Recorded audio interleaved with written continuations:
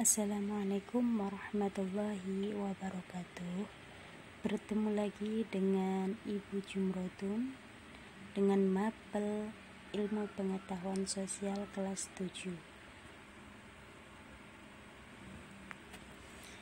Kita memasuki bab 2 ya, yang habis PTS kemarin itu sudah selesai satu bab ya. Sekarang kita ganti bab, yaitu bab 2 tentang interaksi sosial dan lembaga sosial. Pengertian interaksi sosial, syarat-syarat interaksi sosial, dan faktor-faktor interaksi sosial. Itu yang nantinya akan Ibu bahas dan jelaskan ke kalian semua.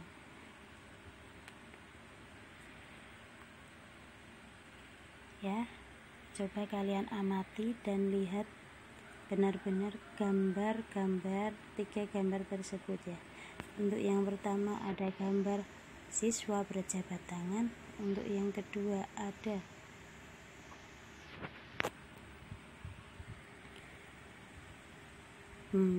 bapak-bapak menjelaskan di depan ruangan ya. Untuk yang ketiga ada guru dan siswa berjabat tangan di depan sekolah ya. Kemudian poin penting di dalam interaksi itu apa sih? Salah satu pihak memberikan stimulus atau aksi dan pihak lain memberikan respon atau reaksi. Jika tidak ada reaksi, hanya memberikan aksi saja, itu nanti tidak akan terjadi yang namanya interaksi sosial. Jadi apa pengertian interaksi sosial itu? Apa sih interaksi sosial itu? Nah, Ibu jelaskan di sini. Interaksi sosial adalah proses saling mempengaruhi dalam hubungan timbal balik antara individu dengan individu, individu dengan suatu kelompok dengan kelompok lain. Interaksi berasal dari kata action yang berarti tindakan, dan inter yang artinya berbalas-balasan. Interaksi sosial juga dapat disebut proses orang-orang yang berkomunikasi saling mempengaruhi dalam pikiran dan tindakan. Interaksi dapat terjadi karena adanya kontak sosial dan komunikasi.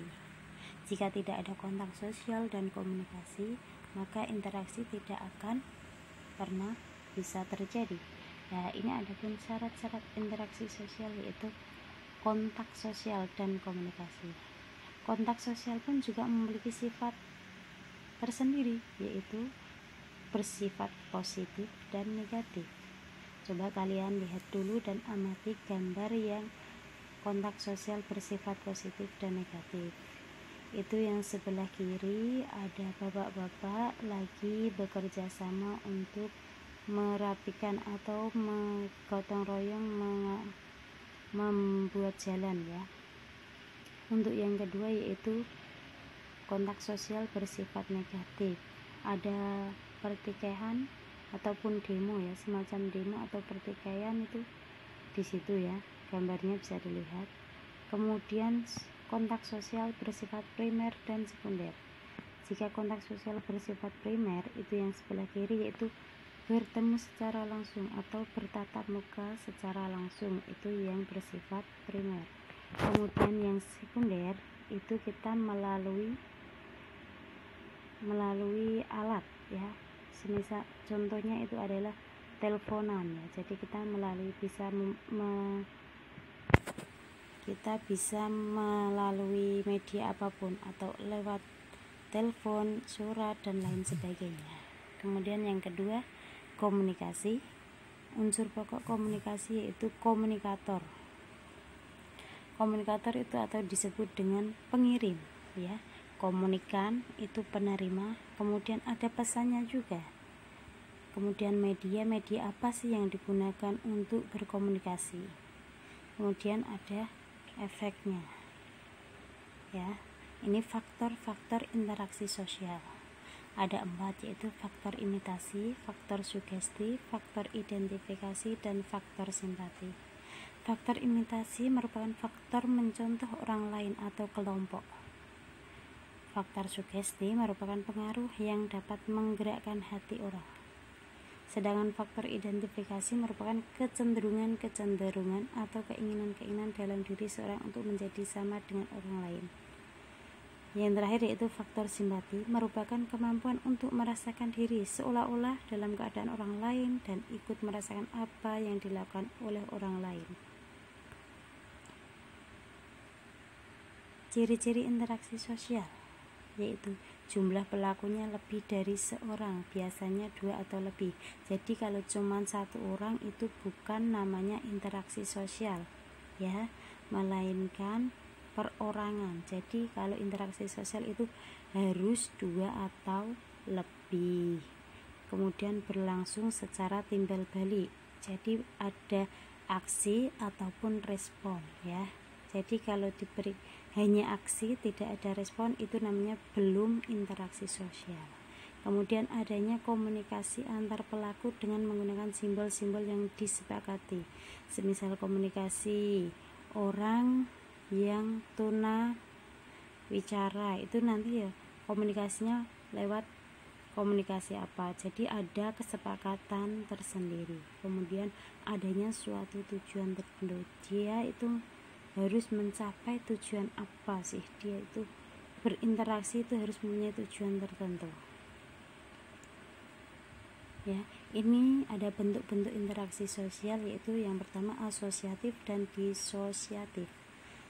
Sedangkan yang asosiatif juga mempunyai 3, yaitu kerjasama, akomodasi, asimilasi. Kemudian yang disosiatif juga mempunyai proses 3 ya, ada kompetisi atau dan kontravensi serta pertentangan. Apa sih kerjasama, akomodasi, asimilasi?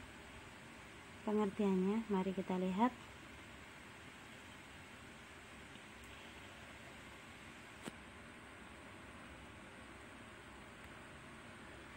Jadi pengertian dari kerjasama itu sendiri adalah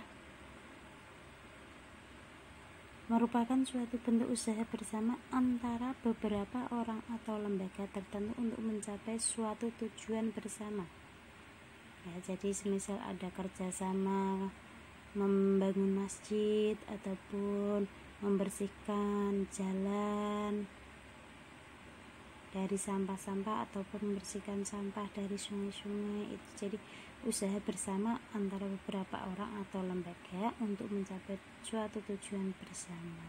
Jadi kalau tujuannya bekerja sama untuk membersihkan sungai, jadi tujuannya supaya sungai itu menjadi bersih. Kemudian akomodasi, yaitu suatu proses untuk meredakan konflik. Konflik itu apa sih? Konflik sama dengan masalah. Kemudian asimilasi adalah pembaruan satu kebudayaan yang disertai dengan hilangnya ciri khas kebudayaan asli sehingga membentuk kebudayaan baru. Jadi kebudayaan itu hilang, yang asli hilang, sehingga terbentuknya kebudayaan yang baru. Kemudian ada proses-proses disosiatif. Apa saja sih proses itu? Kompetisi ya, kontravensi dan pertentangan. Kompetisi merupakan proses sosial ketika terdapat 2 pihak atau lebih yang berlomba melakukan sesuatu untuk mencapai kemenangan tertentu. Jadi contohnya di sini adalah berkompetisi semisal bermain futsal ataupun sepak bola. Jadi antara kedua belah pihak itu akan ingin mencapai kemenangan, ya toh. Jadi ingin mencapai kemenangan sehingga dia berlomba-lomba untuk mencapai kemenangan itu sendiri. Kemudian kontravensi adalah sikap menentang dengan tersembunyi agar tidak adanya perselisihan atau konflik ya. Kemudian yang ketiga yaitu pertentangan adalah suatu perjuangan individu atau kelompok sosial untuk memenuhi kebutuhan, untuk memenuhi tujuannya dengan jalan menentang pihak lawan. Sudah ya, hanya itu yang bisa Ibu sampaikan pada pertemuan kali ini. Semoga ilmunya bermanfaat.